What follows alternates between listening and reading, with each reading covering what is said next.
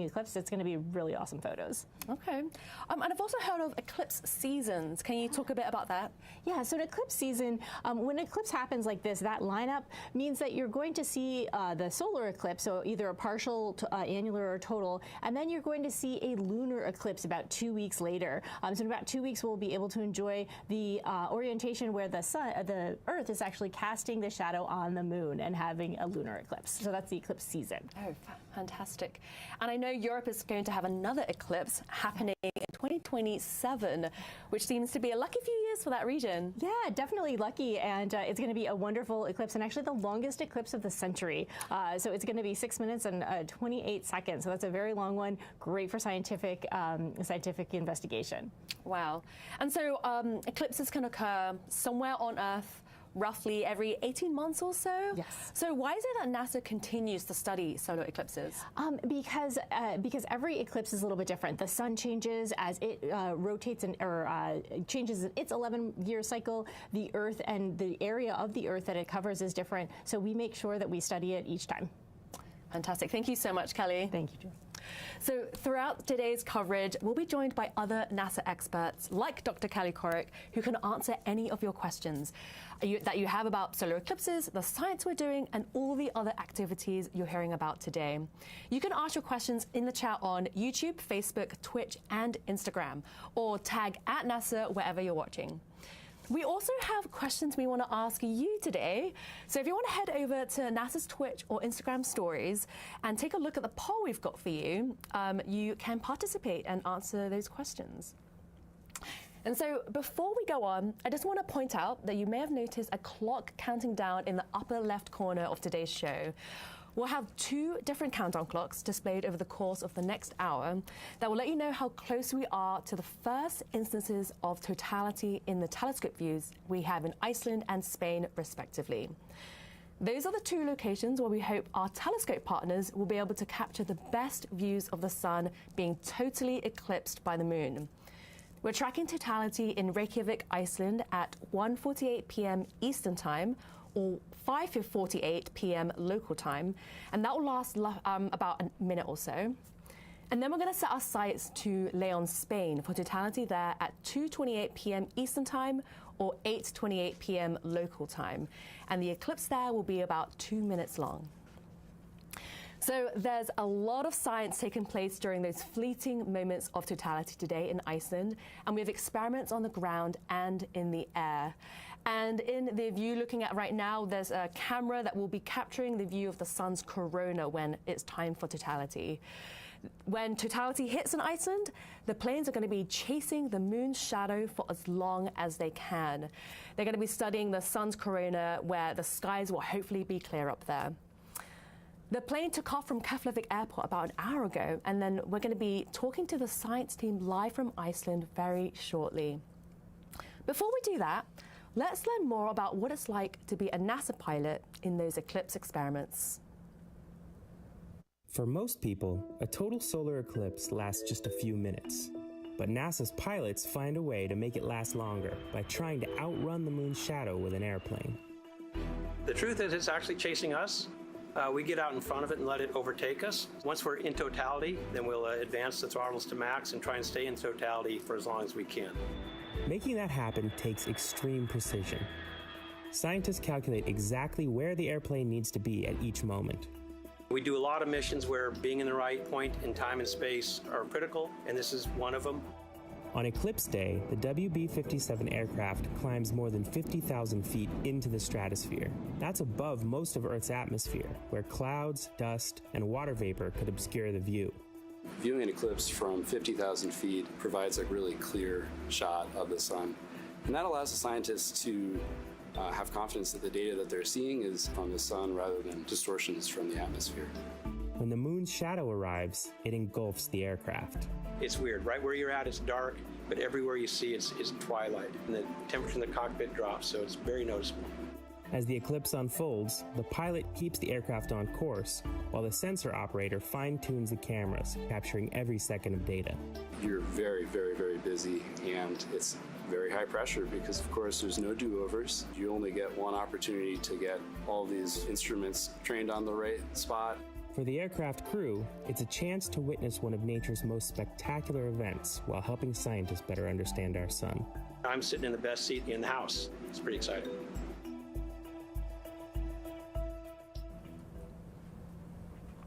Wow, what a job they have today. For this eclipse, the WB-57 aircraft has a camera on the nose of the plane that will be capturing images of the sun's corona. To learn more, let's chat with Principal Investigator Amir Caspi, who is chatting with us live from Keflavik Airport in Iceland. Hi, Amir. Thank you so much for joining us today. Hi, Joy. It's a pleasure. So firstly, how are you feeling right now? And can you tell us what experiment you're doing today? Yes, well, feelings are mixed today because, as you can see behind me, the sky is not very great for those of us here on the ground. On the other hand, we have an airplane that's now cruising at 50,000 feet above sea level that's preparing to observe the eclipse in just about 14 minutes. And we are going to be imaging the solar corona with an instrument that has 4 cameras on board with observations ranging from visible light through near infrared all the way to the mid-wave infrared, which we often refer to as the thermal infrared, to make new observations of the corona and learn all about coronal structure and dynamics. What is it about the corona, the sun's outer atmosphere, that we're still trying to better understand? Well, you know, we've known for about 100 years now that the corona is incredibly hot. It is millions of degrees hot, even though the solar surface is only a few thousand degrees. And we're still trying to understand exactly how the corona's magnetic field carries that energy up from the solar surface into the corona to heat it to those high levels. Our observations today will open new discovery space with wavelengths that are very rarely observed, that will allow us to apply physics models to better understand how that corona is heated. We'll also be looking at the structures of prominences or material from lower down that's kind of suspended in the corona that we're still trying to understand, especially in these infrared wavelengths where we don't have a lot of observations. And all of this will also help us to understand, of course, the sources of space weather that affect us here on Earth. And so I know you flew this experiment and a similar one during the 2024 and 2017 total solar eclipses. What did you learn from those eclipses? And are you making any changes to your experiment for this eclipse? In 2017, our first attempt at this kind of observation, we didn't even know what we were going to see. And measuring in the midwave infrared revealed new observations and new measurements that I think opened up the possibilities of lots of future experiments to try to better understand this emission from the sun. In 2024, we flew an upgraded instrument, the same one that's flying this year. It has 4 cameras measuring across 9 different wavelength bands. And we learned quite a lot, although we're still analyzing that data. So I don't have any results to share with you right now, except to say that we saw some amazing structures, and it'll be very interesting once we complete our analysis. Yeah, I'm looking forward. For this year, we're flying the same. Oh, sorry, go ahead. No, go ahead. For this year, we're flying the same instrument, and we're not making any changes to it from 2024, except that we're applying all of the lessons that we learned from the prior flights, including being able to fine-tune the observing time and the observing procedures. And of course, we also now have our data analysis pipeline that's already made from 2024, which will allow us to combine this data with the data from 2 years ago to make new scientific measurements much faster than we were able to do in the past. Thank you so much, Amir. I know the plane is about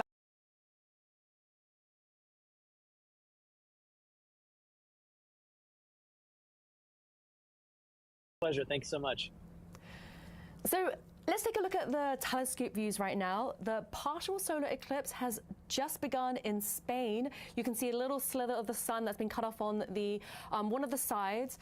The moon has just started to move in front, and it'll take roughly an hour or so before it completely covers the bright disk of the sun. Thank you again to our partners for these beautiful telescope views of the solar eclipse. We're about 10 minutes away from totality in Reykjavik, Iceland. The telescope views there are cloudy at the moment, but what we're seeing in front of us are views from Spain, and hopefully the skies stay clear for Spain. And fingers crossed, that is what we want for a total solar eclipse, is clear skies. So before totality comes, we have a few minutes to show you different types of science NASA has been conducting in Iceland for years. Iceland is a great place for astronaut training due to its terrain. A few years ago, the Artemis II crew and the science team spent some time there to prepare for the Artemis II mission. Let's learn more.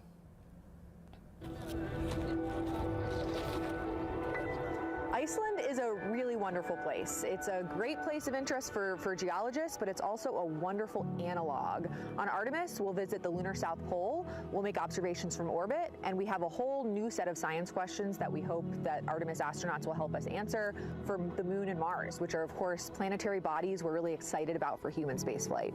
Specifically for the Moon, we have features here in Iceland that are geologically relevant to the Moon, and also just have a sense of scale and a sense of identity that really mimic what we know the lunar surface looks like. There's a reason Apollo astronauts trained here, and there's a reason we're bringing Artemis crew here now. This is just a really wonderful place to learn about processes that shape the Moon and to really understand what it feels like and what it takes to actually navigate and do an EVA or a spacewalk on the lunar surface. In Iceland, we are doing field work. We're training crew members. This is a key location for training for Artemis crews. Here we see in real time volcanic features that were created not long ago. It's a real special place for doing training for geology. I'm here in Iceland training the Artemis II crew in geology. There's really transformational science that we can learn by getting boots back on the Moon, getting samples back, and being able to do field geology with trained astronauts on the surface, making observations that only they can make from that perspective. Everybody start to see maybe softball size, like.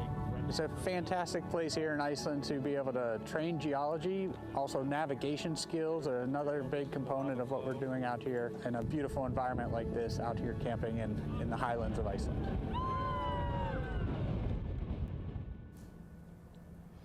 Wow, what an office to work in.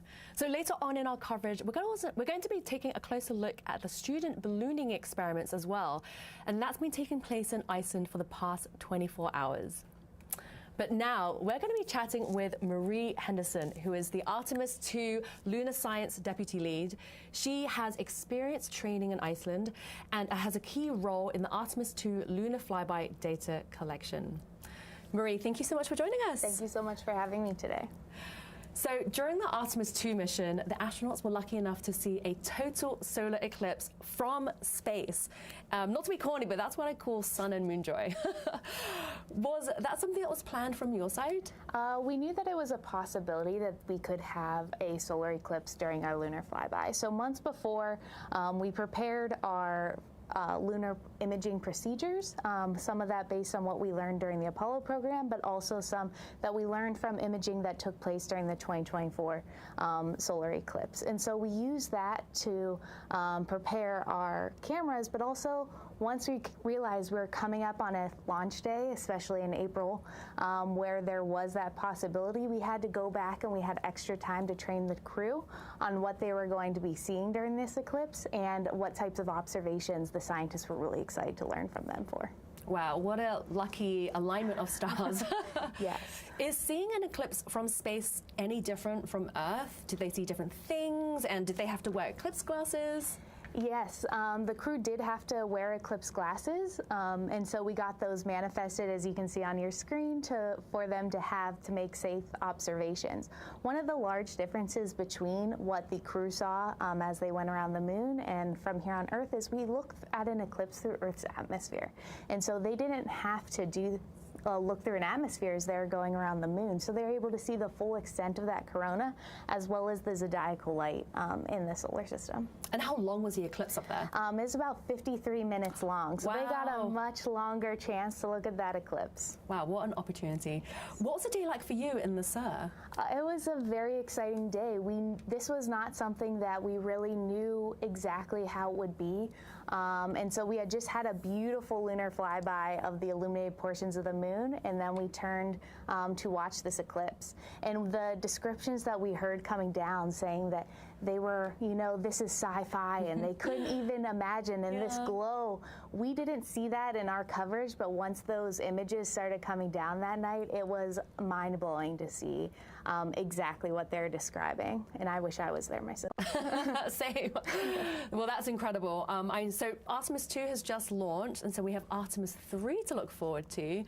Can you tell me how you're preparing for that mission? Yeah, so Artemis 3 is a different type of mission. We're not going to be going to the moon. We're actually going to be working in Earth orbit.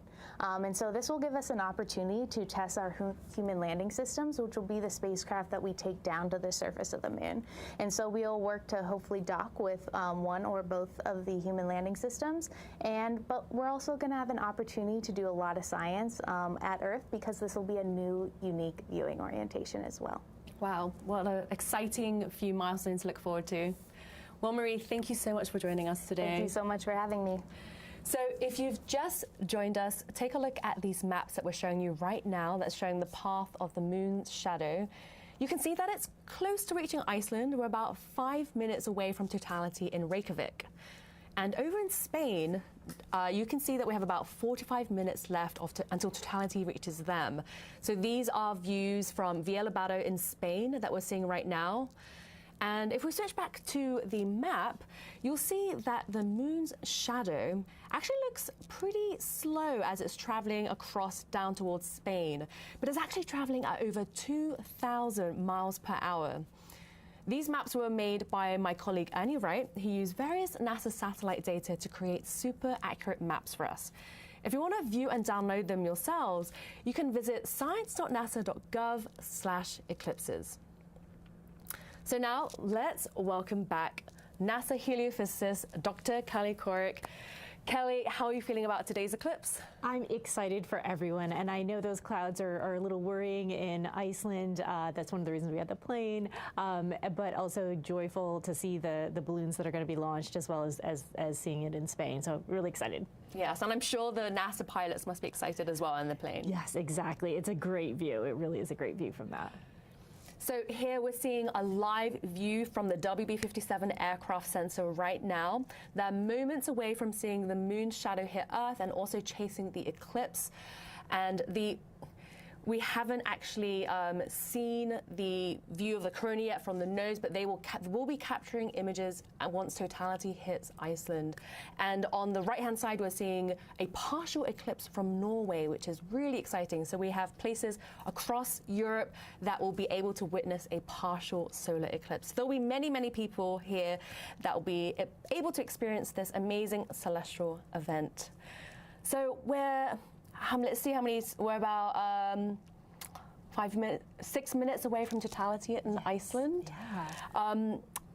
Yeah. What do we expect to see right before totality? Right, so right before totality, we're in that partial eclipse that's going deeper and deeper, and you start to see things go dark. So even if there are clouds, it's going to get a little bit darker. The weather is going to drop too, because again, you've blocked out some of the sunlight, so you're going to get cooler. There's some wind that'll pick up. So the eclipses are really full body experiences.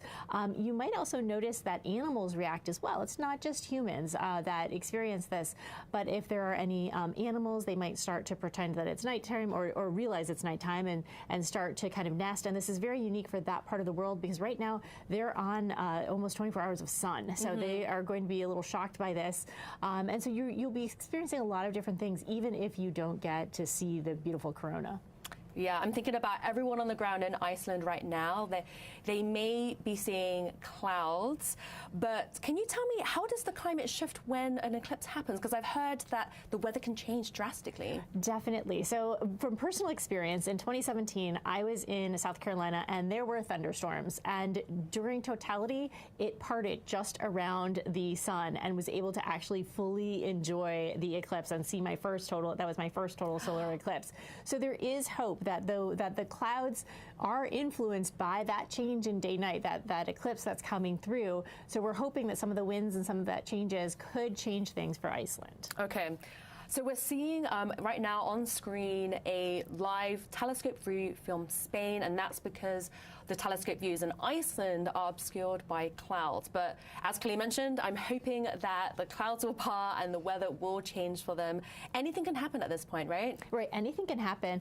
And also, we'll talk about it a little later, but the balloon experiments, they are testing the atmosphere. The atmosphere of the Earth is still being affected, even if there is cloud cover, and that helps us with predicting weather models. So it's not just about the coronal science, which is something that I'm very passionate about, but it is also about understanding our planet and how it interacts with the sun and the light that we're getting from it. And you see, we're starting to see something in the WB57. It's getting very close. They were zooming in there, so that's Okay, oh, wow. Okay, yeah. so everyone who's watching right now, the right-hand box, you will see the live views from the WB57 aircraft. That's where the NASA pilots are chasing the eclipse from the skies. So Kelly, can you tell me what are the benefits of observing the eclipse from up there? From observing up there at 50,000 feet, wow, okay, so I'm looking at these are great. 50,000 feet, you're able to get above all the clouds. So they're above all the clouds, and we're able to, again, allow it to overtake us, so they get a few more seconds of totality. You saw that beautiful pink filament on the sun. That is something that Amir talked about, is that filament, that material that comes off the sun that can actually create space weather and affect our power grids here on Earth. It can affect our GPS, so if you ever use your maps to get anywhere, that's something that we need to understand to be able to predict. It also affects our astronauts, our dear astronauts, so making sure that they're okay. So those things are really important to study, and one of the reasons why we have the WB57. It's a little hard to see, but in the words on the right-hand side, you see that pink filament now on the WB57 feed, which is on the right-hand side. And so you can see it in the NVIS area, now kind of right in the center. You're seeing that prominence, and so this is amazing data. And it might not look as crisp as we're used to. You know, we're used to 4K down here, but this is really data a scientist can love, because this is telling us very specifically about part of the data. So it's like taking only a little part of the TV stream in and really getting the information about the iron or the oxygen or the specific composition of what that's made of. And if we know what it's made of, we can do more science with it. So we're about like a minute and a half away from totality in Iceland. And so we have a minute and a half for the clouds to part. So the sun view that you're seeing here, that is not of Iceland, but that is of the partial eclipse in Spain. Iceland is still being covered with clouds, but totality will hit them in about just a minute or so. And luckily, our airplane, the WB57 aircraft, they're going to be getting clear views of the eclipse from the skies. So we're going to be seeing what the camera on the nose of the plane will be seeing in roughly 1 minute, which is so exciting for them. So exciting, yes, definitely.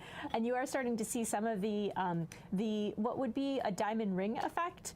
So those little pink things that you're seeing, this is happens when light passes through the valleys of the moon. So you don't have a perfect circle in the moon. It has those craters, and there's that diamond ring effect. Oh, wow. So yeah, just absolutely beautiful. And that's when you still should have your glasses on. And when that ends, that's when we're able to do it. And I want to comment, this is an experiment, right? And so this is part of the reason why we're seeing kind of the arrows or the crosshairs go in and out. We are real time. This is real time live. Yeah. How science happens is that we are trying to make sure to make adjustments and make sure we're getting an image. Wow. Yeah. So we are 7 seconds down to totality in Iceland. This is really exciting. We're getting a shot of the ballooning experiment as well. This is the Nationwide Eclipse Ballooning Project. They've been launching balloons for the past 24 hours leading up to this eclipse, which is so exciting. And I can see that they're getting really excited as well, despite the clouds, because they can actually still collect data even though they can't see the eclipse. Is that right? Exactly. They can still collect data. They are still experiencing a little bit of that darkness. It's obviously darker. See, it's definitely darker, even though you can't see the corona itself. Yep. And a little bit looks like sunset around the 360 degrees. And hopefully we'll see this in Spain, where it'll be very vivid imagery there. So it looks like totality has hit Iceland, which is so exciting. You can see that the ballooning team is engulfed by darkness here. So that is so exciting. I can see them smiling. Oh my goodness. So why do we see a 360-degree sunset during an eclipse? Because there is light on either side. It's just simply blocking out in that specific shadow. So it's like the sun has gone down just in that one location, but you know the rest of the Earth is still illuminated. So you still have. Oh wow, that is images of the sky and the airplane. We are seeing the airplane. Wow, so we have experiments happening in the air and on the ground in Iceland, which is so exciting. Definitely. Wow. So, and then what we're seeing now is the partial eclipse happening in Norway. They will just be experiencing a partial, but in Iceland, they are experiencing totality right now. We have experiments, balloons capturing data in the skies, and also a plane capturing data in the skies as well. Yes, we do. And it's really interesting looking at the sun. There are some features, those lines that you see, the dark lines, those are magnetic features, and those again are the exciting things we want to know about for space weather, and so to better understand that. So the sun has given us some very interesting things to look at, and those experiments will really, really help us. Yeah, and so this is why eclipse observations and eclipse chasing is so critical, because even though they happen often and even though we know exactly when they're going to happen, you never know when the weather will just obscure your view. So we want to take every opportunity we can to get observations. Definitely. So, okay, so if you were in Iceland and you were either seeing clouds or you were able to see the eclipse, please share your experience with us. We want to know what you experienced on the ground. Please tag @NASA wherever you're watching. So we have a lot of questions coming in here from social media. So Kelly, shall we dig into those questions? Yes, let's dig in. Alrighty, so we have Bo on Facebook, and they ask, are we really going to lose gravity during the eclipse? No. We are not. Okay. Gravity, really, the stuff that sticks us to the Earth's mass has not changed because of this eclipse, and so we're going to stay grounded on this Earth. Okay, noted. Gravity will not change. Okay, so we have another question from X, and they ask, how much can we actually learn about the sun during just a few minutes of totality compared to years of normal observations? It's really about having all of the observations, right? We definitely need that totality because the moon just happens to fit so perfectly over the surface of the sun that we can see from that surface outward for that space weather, whereas some of our instruments aren't quite that close in. So we need to knit them together and use both the couple of minutes from the eclipse as well as the years of observations from our NASA satellites. Okay, well, I'm glad that we have both ways of getting observations. Exactly. So we have another question here from Elinu on YouTube, and they ask, why does the weather change in a solar eclipse? That's a good question, and I think that's something still trying to be understood. But if you imagine you've stopped heating something up temporarily, so things sink, right? When things get cold, they tend to sink, and so the air is moving, and there starts to create winds. And when you create winds, you start to cool things down. So the weather changes due to just turning on and off the light alone, because the sun is so important to us in actually regulating our weather. Wow. Okay, so we have another question here from Frank Perez on X, and they ask, for sending teams to do research in the path of totality, how do you balance the crew training value of Iceland's terrain against the statistical odds of clearer skies in Spain? And we definitely addressed both, right? There are great things to do with the atmospheric work, especially in the Arctic areas, for the balloons that we sent to Iceland. And then we have teams in Spain also doing that. So it was a balanced portfolio. We made sure that we had both types of experiments available. Okay. Thank you so much. So keep your questions coming in. We'll be answering more later on in the show. And so earlier, I also mentioned that we had questions for you, the viewers, as well. You can head over to NASA's Twitch and Instagram to weigh in on a couple of those. So here are some of those questions that we posed to you.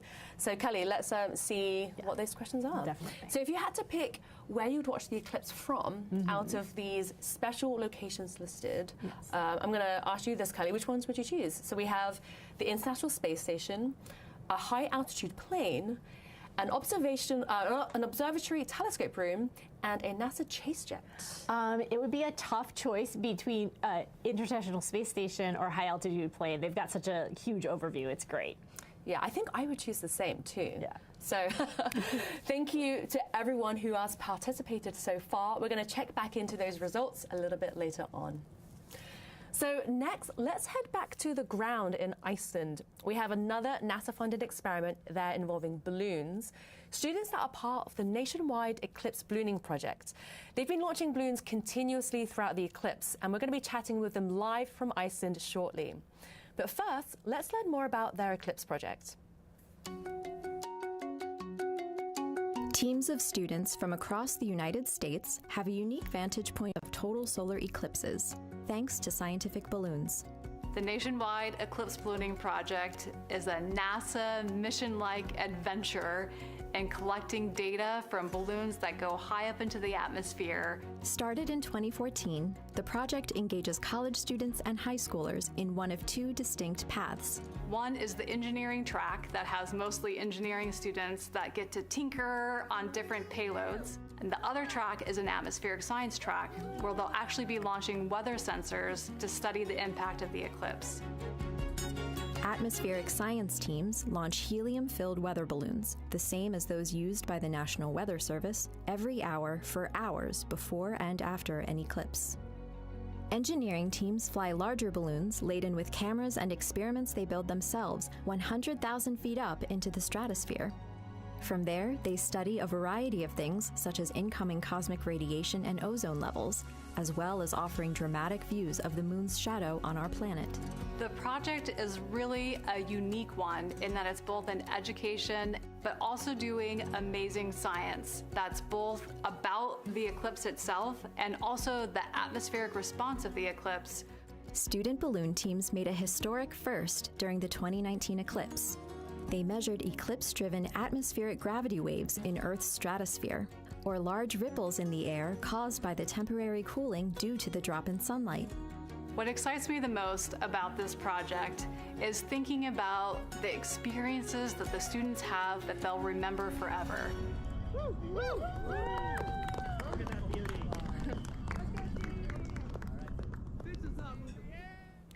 Talking to us live from Mosfellsbæ in Iceland, we have Jared and Tessa, who are part of the nationwide eclipse ballooning project. Jared and Tessa, thank you so much for joining us. I know you just experienced the total eclipse in Iceland. How was that for you? It was awesome. I mean, it's definitely cloudy here, which is a shame, but we saw the lights dim. It was almost as if you were indoors and it was just, you were dimming the lights. It was almost instant, which is, I've never been in the path of totality before, so I've never seen anything like that. So it was really amazing. Yeah, the wind totally stopped. It was windy and then it just stopped. The birds, we had birds flying over us all day and then they just disappeared. So it was a little eerie, kind of creepy. Wow, that's amazing. I'm so glad that you could experience that, even though, you had cloudy skies. So tell me more about what you've been doing. I see you've got balloons launching in the background. What are you measuring with the balloons in Iceland? So we have some balloons that are measuring a lot of different things like temperature, pressure, humidity, wind direction, and speed. And this is supposed to gather the atmospheric changes during the eclipse. So normally during the day, air rises until it hits less dense air, and this is called the boundary layer. But during nighttime, when the sun is down, this air stops, and it's called boundary layer collapse.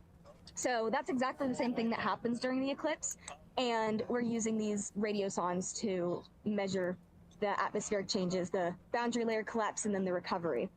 And we're in Iceland not just because it's in the path of totality, but also its northern latitude and its shorter nights make a completely different boundary layer. So it's been a really cool opportunity to be able to study that under the eclipse, under this unique conditions. So you're both college students right now. How long have you been part of the project, and what made you want to join the project? Yeah, so we started this project at the beginning of June. So we've been working with our teams, respective teams, Tessa at the University of Kentucky, and then my team made up of students from across Idaho. And we've been meeting once a week, doing balloon launches, preparing, and really what got me into it was my ballooning club that we have at the University of Idaho, and we all just, we love the science, we love the teamwork, the team building, and so it's been a lot of fun. That's great. And so do you have any tips for students who are thinking about joining? Yeah, so my biggest tip would be to get involved. That was how I learned about this project, was through my club. The professor came to us and was like, hey, there's this really cool opportunity. And so you guys should put an application in. And then also just, what if you have internship opportunities and you see those, just put an application in. You never know what opportunity you could get. And then also, I would say, if you have a class that you're really interested in, just talk to the professor, see if they need any help on the research, because it really gives you a good opportunity to apply your classroom knowledge to real life scenarios, which you don't usually get in the classroom. And you also never know what opportunities will arise, like going outside the country for the first time, like I'm doing right now. So, yeah. Oh, wow, that's amazing. Well, best of luck. I know you're launching continuously after the eclipse as well. So thank you so much for joining me, Tessa and Jared. All right, thank you. So the nationwide eclipse ballooning project are also launching balloons in Spain as well as Iceland, and I can't wait to see their observations. So if we head back to the map, the moon's shadow is heading towards Spain right now, and we're roughly half an hour away from totality in León, Spain. For this eclipse, the moon's shadow is roughly 182 miles wide at its maximum width, and it's traveling at over 2,000 miles per hour.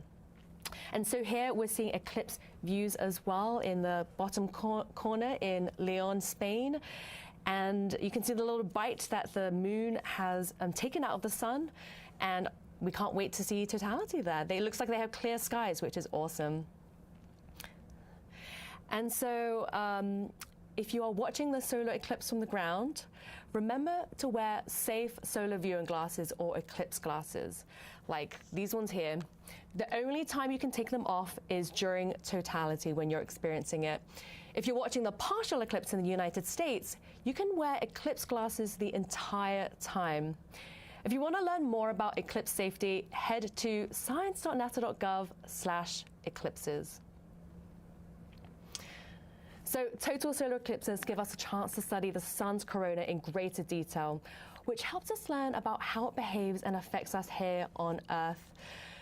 The sun is highly dynamic and creates conditions in space called space weather that can affect our technology, from GPS systems and communication satellites and airplanes and even our power grids on the ground. But in order to better understand it, we have a suite of spacecraft that are monitoring the sun from different vantage points around the clock. So let's learn more about NASA's space weather program.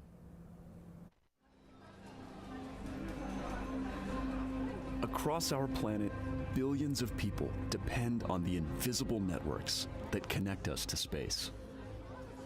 Every day, those networks are at the mercy of our temperamental sun and the space weather that it unleashes across our solar system. That's why NASA's space weather program tracks solar storms from the moment they erupt, modeling their paths, anticipating their impacts, and leading the research that the world's industries rely on. NASA's space weather research and modeling is driven by the needs of society and enables critical decision-making that equips pilots to reroute around high radiation areas, farmers to adjust GPS-based precision planting and harvesting plans, and power grid operators to mitigate the impacts of potential surges.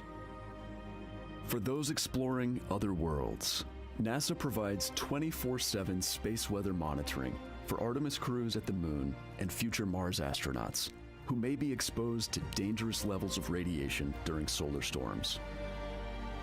Whether you're a pilot or a passenger, a farmer or a consumer, a power grid operator or energy customer, a satellite controller or GPS user, space weather impacts us all.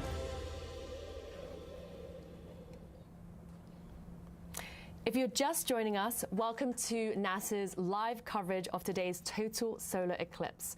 We're roughly about 25 minutes away from hopefully seeing the first instance of totality in Spain. So stay tuned for that exciting moment. And so joining me in the studio now is one of NASA's space weather analysts, Karina Alden. Karina, thank you so much for joining me. Thanks for having me.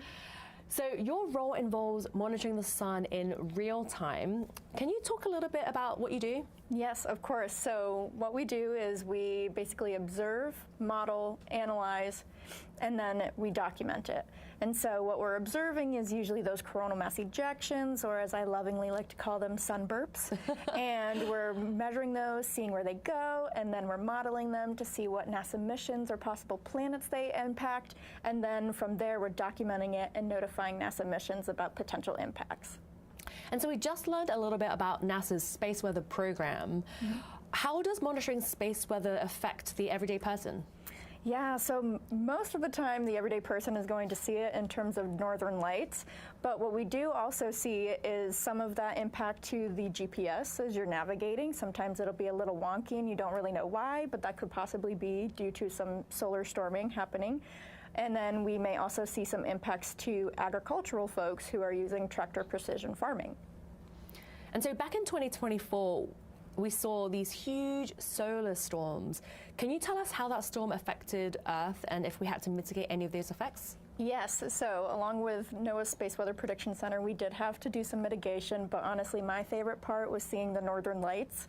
And so 2024 is when I first got to see the northern lights. I saw them in August, and then you're seeing a picture that I took on my phone where we saw them here in Maryland, which was absolutely incredible. And you can see a picture of the team that I work with, the Moon to Mars Space Weather Analysis Office, along with some of the Heliocomms folks, where we got to see it down here in Maryland, which is absolutely incredible. Amazing. And so I know that you're also part of the team that monitored space weather 24/7 during the Artemis II mission when we flew astronauts around the moon. What was that experience like? Surreal. I mean, it's very odd to be staring safely at the sun via satellite imagery, but not see it in person for an extended period of time, because I was working the overnights, but it was incredible, and I loved seeing the solar eclipse from space. I think if I were to do it, I'd want to be one of those astronauts. Absolutely. Well, thank you so much for joining us, Karina. Thank you. So next, let's hear from NASA Administrator Jared Isaacman and Head of NASA Science, Nikki Fox. My colleague Jasmine Hopkins caught up with them a few days ago to talk about why this celestial event is so important and what the 2026 eclipse can teach us about the sun. Today, I'm thrilled to talk all things eclipse with NASA Administrator Jared Isaacman, who's leading our vision behind science and why eclipses are so important, and Dr. Nikki Fox from our Science Mission Directorate, who will tell us what exactly is going on with the sun during an eclipse. Are you guys ready to talk? Let's do it. Okay, fantastic. Our opening question is for both of you. Just a couple months ago, we wrapped up the historic Artemis II mission, and now we're on the cusp of a total solar eclipse. Can you describe in one word how you're feeling right now? Excited? He took my word. Excited is the right word, because when you saw that total solar eclipse from Artemis II, it was so spectacular and nobody was ready for it, even people who see total solar eclipses all the time. And so when you saw that, it just brought the beauty of space and the beauty of the science we do into such clarity. I think NASA is one of the only places where we can see a solar eclipse from down here on Earth and then from the other side of the moon. We study the sun all the time. It's one of our main things that we study in NASA science. We look at it in all different wavelengths. We look at it from all different vantage points to be able to predict when these really large radiation storms are going to come towards our planet, because we want to make sure our astronauts are safe. The eclipse just gives us even more opportunity to study that sun just a little bit more, to really make those big breakthroughs to keep our astronauts safe. All right, next is for both of you. If you could witness a solar eclipse from anywhere on Earth, where would you choose? Anywhere that doesn't have clouds. Having been clouded out for the last eclipse, I will say I will go anywhere that there's no clouds. Look, Iceland is very cool in Spain, a lot of the observation locations for this one, but in Egypt, in the Valley of the Kings, is going to be an amazing backdrop. And that is going to be the longest total solar eclipse of the 21st century. It is over 6 minutes. To stand in somewhere ancient is particularly moving. What's the one thing you want people to walk away understanding about why studying eclipses matters? I think these kind of magical events, I would very much describe that eclipse as a magical event. maybe it creates a spark in who knows how many people around the world to look up, imagine what's possible, and then grow up and start contributing in this great adventure that we're on. Remember that Einstein confirmed his theory of relativity using an eclipse. Eclipses are very powerful. You see stars, you see constellations, you see planets that you don't normally see. It kind of reminds you of our place in the universe. Why do we still care so much about the sun? Is there anything new we can learn about it? There's always new stuff to learn about the sun. It is our star, but it's the only star we know right now that has the responsibility for maintaining life on a planet. And as we sort of continue to try and answer the question of, are we alone in the universe? Understanding our relationship with our sun is so important, and eclipses give us that opportunity to do that. It is honestly the only time that we can really observe some of the phenomena, particularly down low in the chromosphere, really looking at how the corona turns into the solar wind. It bathes all of the planets, but we live in the atmosphere of the sun. So when you get these big events, they can cause havoc for technology here, and of course, our prime thing, keeping our astronauts safe in space. So understanding our sun is more critical today than ever. Thank you both so much for being here today. Really appreciate it. Thank you. Thank you to our NASA Administrator, Jared Isaacman, and Head of NASA Science, Nikki Fox. Let's head back to Ernie right now, who is going to dive into our eclipse maps and where the eclipse is heading next. Thanks, Joy. It's so exciting for me to watch this eclipse progress. I mean, we can predict these, but you really can't anticipate how you feel about them until you see them. So I'm standing in front of the eclipse map, and just to recap, this red stripe is the path of totality. Those are all the locations that can experience totality. You're seeing the partial shadow emerge from northern Siberia. It has already crossed Alaska. It's over Canada and the northern United States right now. And that little oval is the umbra where totality is actually taking place. It has just passed by Iceland, and although it was cloudy there, people got to experience the secondary effects of an eclipse where you get the darkening and the brightness along the horizon. And it will very soon be over northern Spain, where we expect more than 15 million people will be watching the eclipse. Toward the end of it, partial eclipse in Western Africa. So this is a close-up view. Reykjavik is here. They unfortunately had clouds, but the WB-57 was flying just above that. And they were there because that's kind of the spot that if you're on the center line, you get the longest eclipse of 2 minutes, 18 seconds today.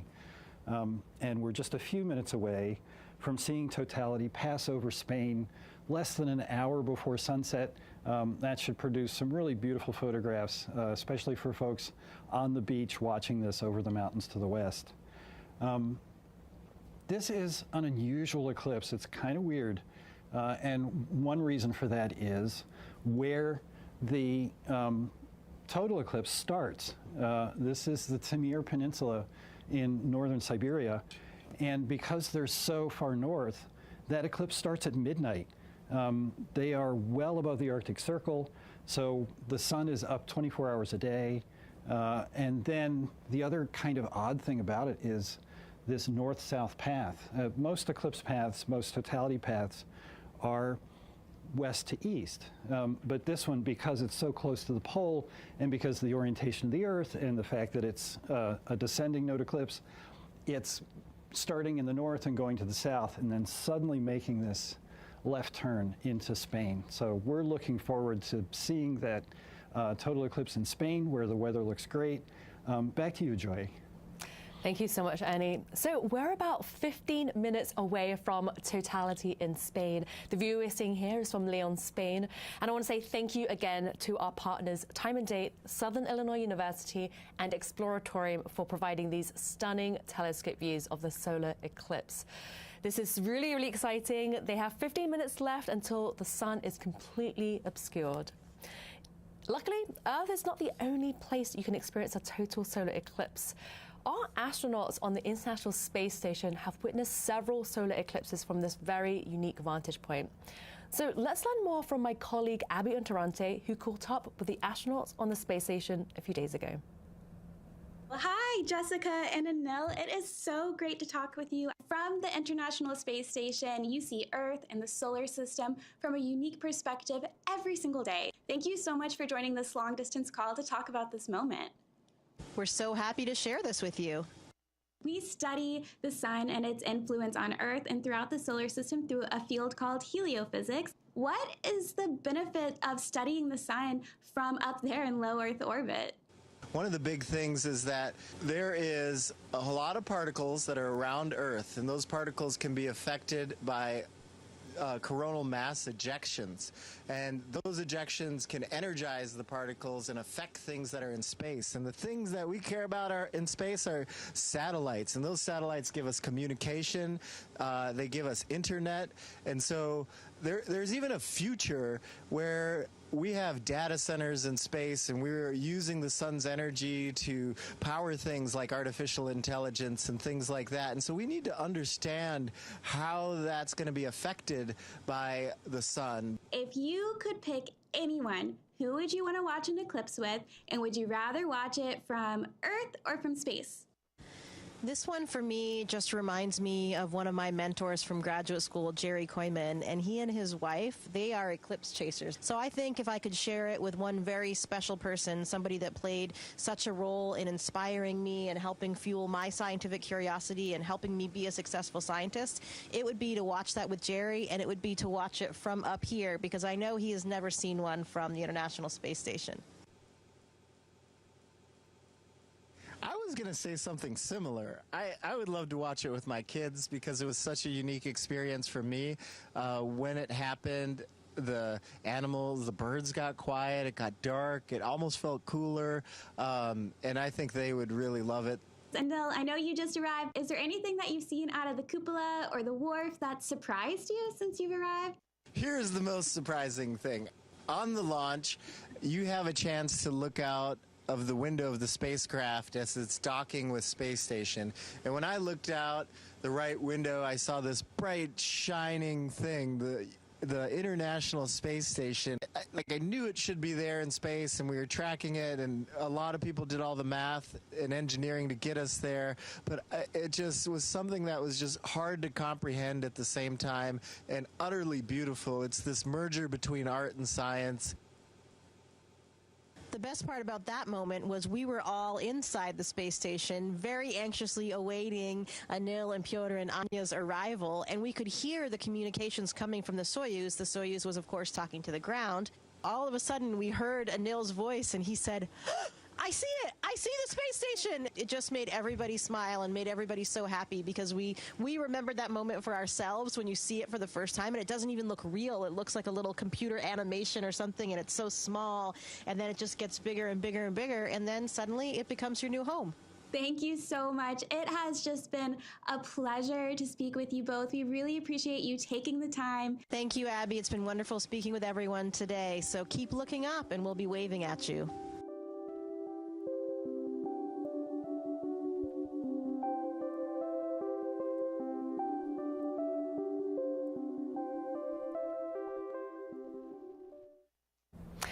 So at last report from Mission Control, Jessica, Anil and the rest of the crew had their eclipse glasses on standby, just in case the space station path brought them any unexpected views. So we'll keep an eye out and see if they saw anything.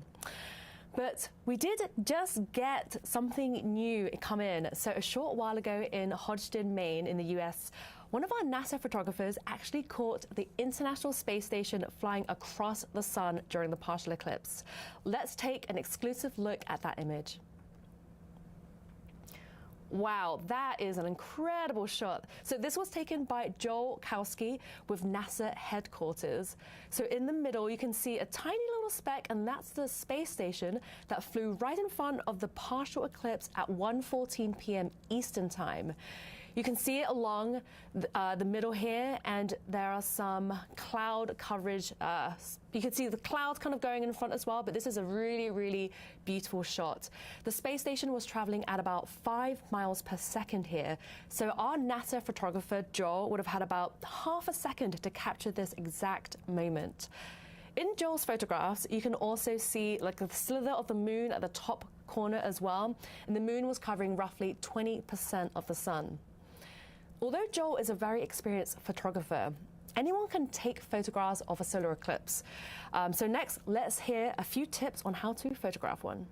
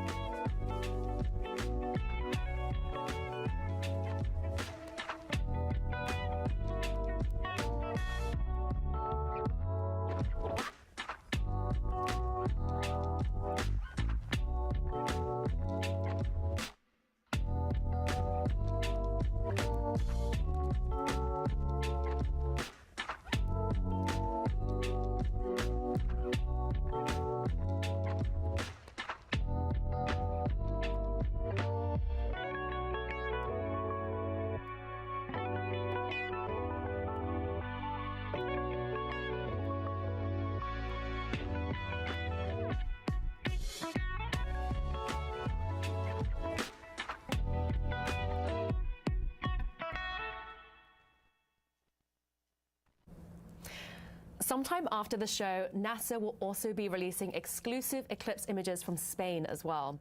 This is where our NASA photographer Bill Ingalls is hoping to capture the eclipse near the horizon. We're about 7 minutes away from totality in León, Spain, which is so exciting. This is some of the crowds there that we're seeing. You can see that the darkness is looming. It's not quite totality there yet, but they are almost there, which is awesome.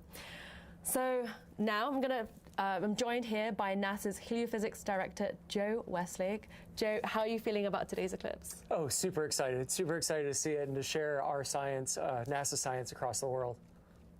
So if you're watching from the ground and you don't have eclipse glasses, there are actually many ways to watch an eclipse. These are through indirect viewing methods. So Joe, do you want to walk through some of those methods with us? Yeah, so these are super cool. This is stuff that you've got at home and things that you can use to help you view an eclipse safely without your glasses. So here we have just a standard colander, right? What you would have in your kitchen. Maybe clean some, berries or whatnot with it. And I'm going to demonstrate how you would use this to look indirectly at an eclipse. Okay. You're using the light of the sun as it would filter through this colander. And let's demonstrate together. Here's okay. Joy. So yeah, if you could hold that. So do you need a piece of paper? You don't need a piece of paper. Okay. You can just have it on the ground, something light that you could see. Okay. I've got a flashlight that's sort of demonstrating what an eclipse would look like. It's got a little piece of foam there that'll show. So let's shine our light. Let's do our sun, and then show it as it would hit the this colander. And what you can see there is these nice little crescent moon shapes, which are showing the eclipse on our example paper here. So that would usually be a bunch of circles, like if you took this out during regular daylight. Here in the US, you would see just a little sliver gone. Over in Spain, of course, they would see these beautiful little crescent moon shapes. So you don't want to be looking through the colander, but you want the sun to be shining through it. Absolutely. Okay. Right. Gotcha. You want to use this as your light filter for you. And the cool thing is you can use this, but you don't have to use this. There's lots of other possibilities. So you can actually take your hands, right, like this. Okay. Spread your fingers out. Yeah. Hold them over top of each other. And you make little pinholes yourself when you do that. Okay. Right? And when you do that, you can actually see through and be able to see the eclipse in the same way, right? So that's a cool way to do it. And then on top of that, let's say you're taking a walk in the woods. Well, the leaves of the trees actually make these kind of pinholes all over for you as well. When they do that, you get this beautiful, constant crescent moons and everything everywhere. One of my favorite ways to see an eclipse. Thank you so much, Joe. And so today's eclipse, August 12th, also lands on another special day. So on this day in 2018, NASA's Parker Solar Probe launched into space to study the sun's corona up close.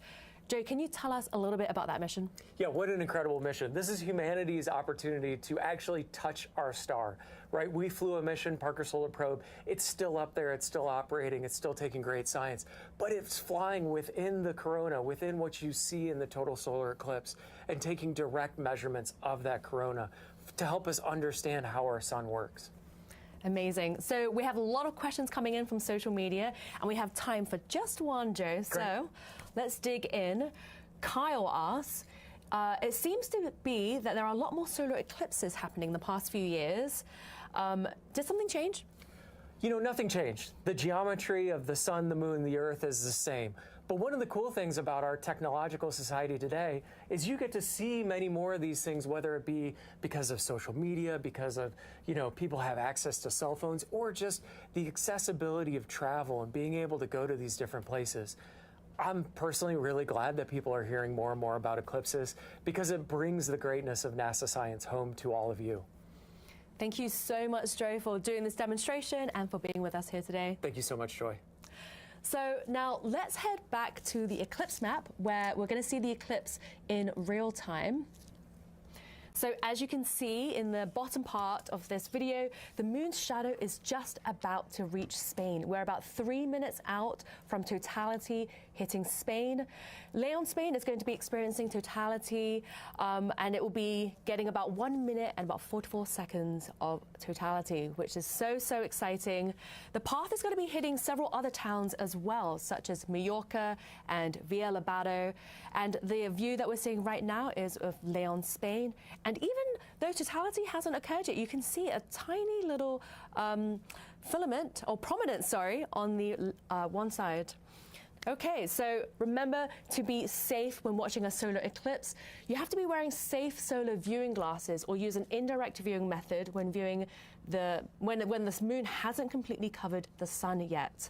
You can only look at a total solar eclipse during totality when the moon is completely blocking the sun. So back in the studio, we have Kelly with us again. Kelly, what is it that makes this eclipse in Europe so, so special? It really is so special because, again, this is almost at sunset. So we're experiencing something that's a little bit different, having it so low on the horizon. And look at those images there. You're seeing that darkness already coming in, those kind of sepia tones instead of the normal bright light or even the normal types of sunsets. Wow, so we are 2 minutes away from totality in Spain. You can see the crowds in the bottom corner there, and this is the sun's view. Oh my goodness, so 2 minutes until totality, and we have a slither of the sun left. This is just amazing. Yes, it's so beautiful. And like you were saying, there is that prominence there that we already see. So these are things that are very interesting and, again, can erupt in the space weather that we were talking about earlier. So this is a great view. And even with this, you know, it's not complete darkness. That little bit of sun still lights it up so that we can see the crowd. Wow, so we're about a minute and a half away. What should people expect to see moments before totality hits? So what they should see is what we call the diamond ring effects, or the Bailey's bead. So these will be really bright lights, and it's from the last bits of sun coming through the moon's valleys. So that will come through, and we'll see that, and you still need your eclipse glasses or an indirect viewing method at that point in time. But then once that's done and you're in the path of totality, it's time to remove those glasses and see the corona with your own eyes. Wow. And if you're on the ground, what other sensations will you be feeling? It will definitely be getting colder. There might be a wind. You could, again, change in animal behavior, any wildlife that's around you, and really the sense of awe, as well as the 360-degree sunset all around the horizon. So just a few things to look for. Wow, this is a stunning, stunning view. We have just a slither left, and this is the moon covering the sun's disk. And when totality occurs, that slither will disappear. We're about 30 seconds away now from totality in Spain. If you're on the ground and you have clear skies, we are so, so happy for you. Yes, definitely. Wow. It's just beautiful, and again, probably feeling so much excitement, and sometimes you even feel a little fear. Like I think was mentioned earlier, they felt it was eerie almost. It's an eerie light. It's not something that we're used to in a human experience. But here it goes. We're getting close to those Bailey's beads or the diamond ring effect. So those should be coming very shortly. Wow. All right, totality is almost there. The slither is about to disappear. Oh, okay. There's the little diamond ring. Wow. Yeah. All right. Totality has hit Spain. Yes. Oh my goodness. Lovely view. What is the red mark that we're seeing on the image right now of the sun? So the red mark is that filament. So it's a bunch of very hot material that has been hanging above the sun and just kind of hanging out there based on the magnetic fields of the sun that keeps it kind of in a little magnetic cage. Oh, look at that. That's a really nice view of the corona. You're seeing things that look like streaks coming out of this, and those are streamers. So that's the basis of the solar wind that we are bathed in constantly. The sun is constantly outflowing material, and so that's that constant stream, and then you see the what could become a big chunk at some point in time in the pink filaments that you see there. Wow. So we see that coming off of the sun. So this is the atmosphere of the sun's corona. Are those streaks that you just mentioned, are they coming towards Earth as well? They are coming towards Earth. So they fill the entire solar system, or the heliosphere, which is actually all that the sun encompasses with that solar wind. So it's the entire solar system, so it definitely hits us here on Earth. Wow. And this is absolutely beautiful. Again, you're seeing a prominence also on both sides, really, and maybe even one up on the other corner. Oh, wow, yeah. So there's lots of, even though the sun is supposed to be towards a minimum of activity, which meaning you should see less of this, we're seeing more of it. And this is one of the important reasons why to keep studying these eclipses is to see what is actually happening on our sun. When we think we know what's going on, it seems to change it up a little. And what is it about these features that are so important to study? It's important to study what they're made out of. Oh, and now we're back to the diamond ring. So we're coming back out of it already. It was always, wow. Yes, it happens so quickly. And once you see one, you definitely want to go back and see some more. Wow. So totality has ended. Yes. In Villabado, Spain. Mm-hmm. Wow. So you're telling me that we also see the diamond ring and Bailey's beads at the end of the eclipse as well? Yes, exactly. Wow. When you're going into or out of the eclipses. Okay, so this is a view from Valoria La Buena in Spain as well. They are seeing an eclipse right now. Eclipses happening in Spain are about a minute apart from one another in these telescope views. So they're seeing totality. So the red mark that we're seeing right now, is that another prominence? Yes, those are prominences, that material that is suspended above the sun that's very, very hot. Again, it's interesting to us to know what they're made out of. There's normally filters, like here and on the airplanes as well, to tell us about whether that's some iron or whether that's carbon or oxygen or what exactly is those pink filaments made of. And you can see the moon is moving away from the sun right now. What is it that we're watching? Yeah, Bailey's beads, and so these are the beads, and so now we're actually going out of totality again. So wow, what a brief moment of totality. Yeah. This is just amazing. They have had clear skies, and this is exactly what you want for a total solar eclipse. Yeah. Wow. This is Mallorca in Spain. Yes. Oh my goodness, this is stunning. Wow, yeah. Look at that corona. Why is it so much clearer? Why is the corona so much clearer during a total eclipse? Yes, yeah. So it's so much clearer because you're taking away all the bright light from the face of the sun. The sun is very, very bright. So it's basically a million times different. And when you blot out that middle, you can see all the beautiful things that are going on behind it.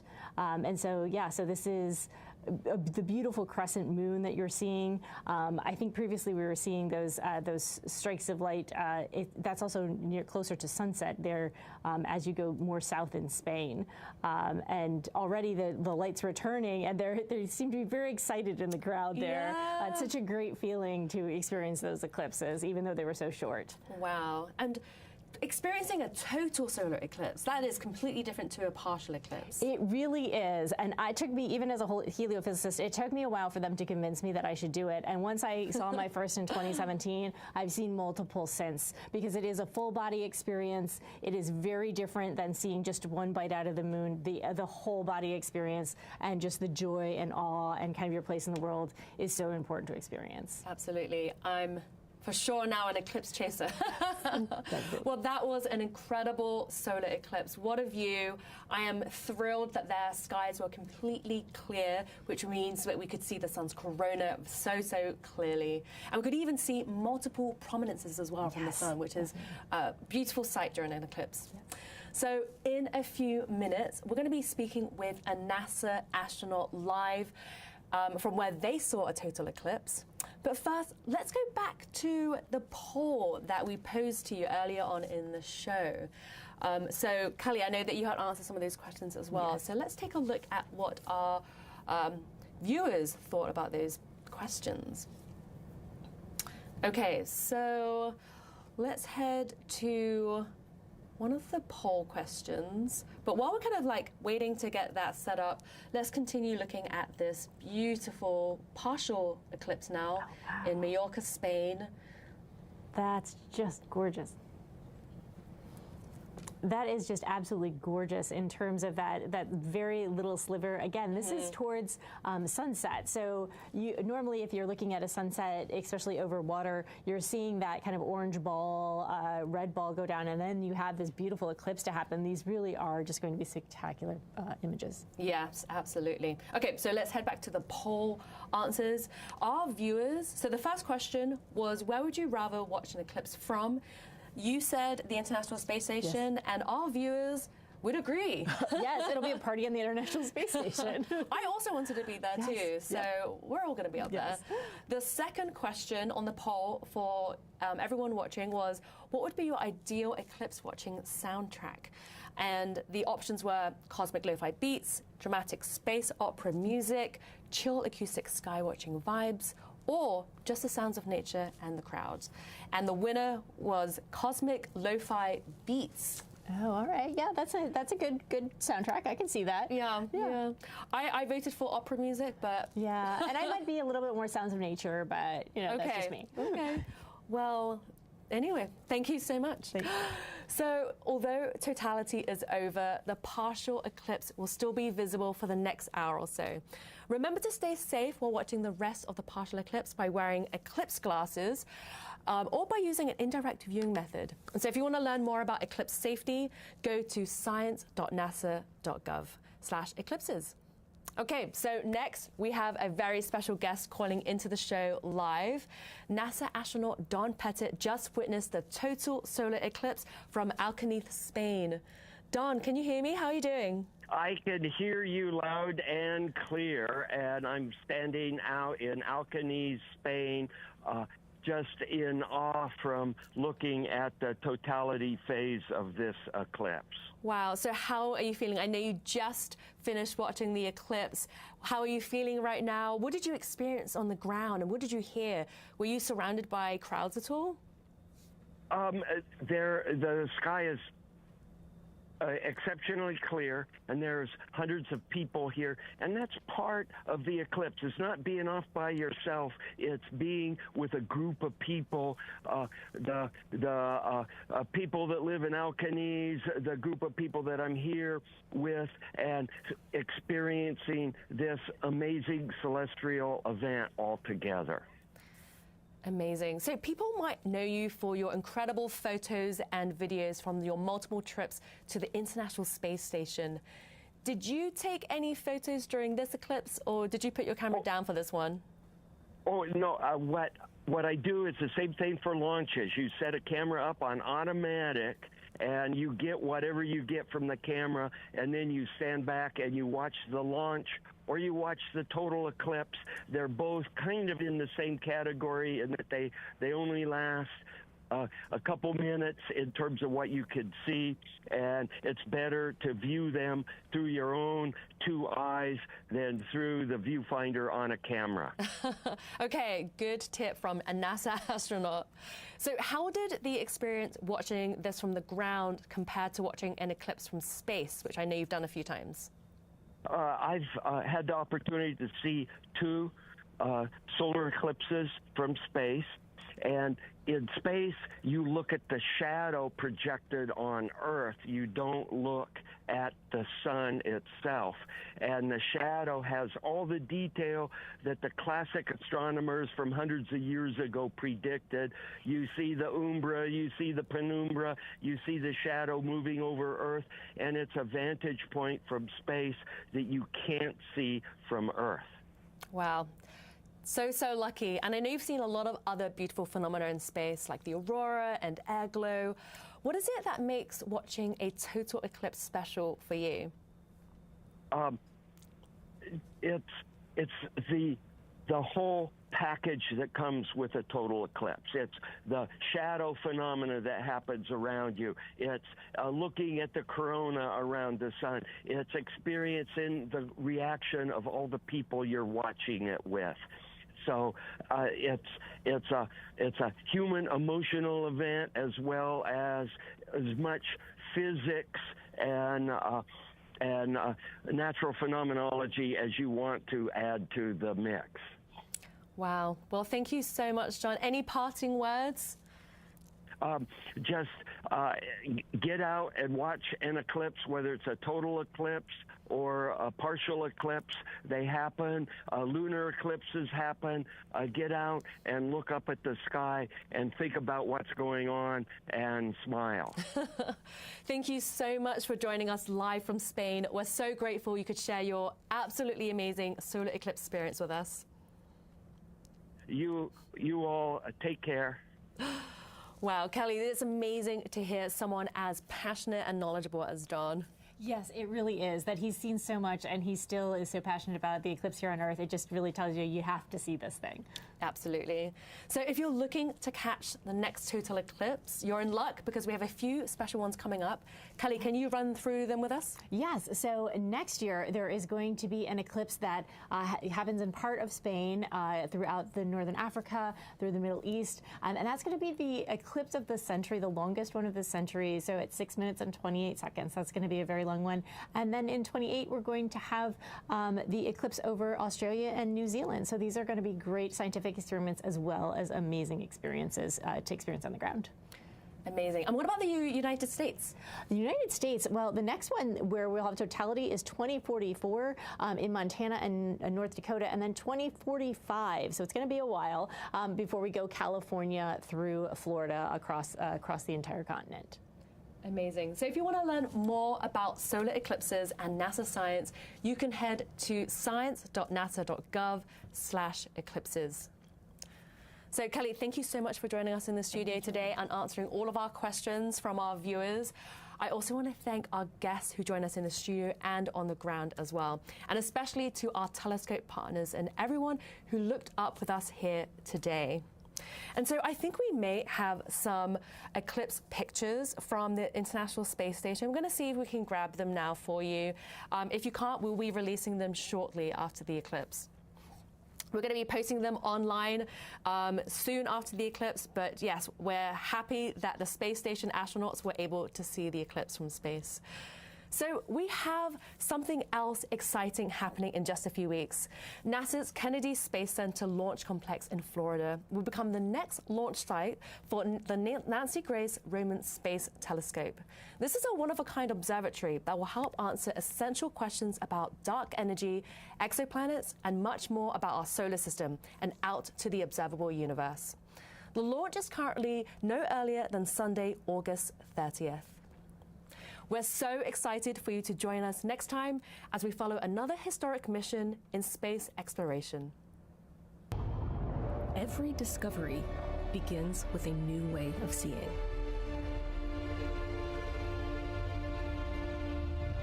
NASA's Nancy Grace Roman Space Telescope will reveal the universe on an unprecedented scale.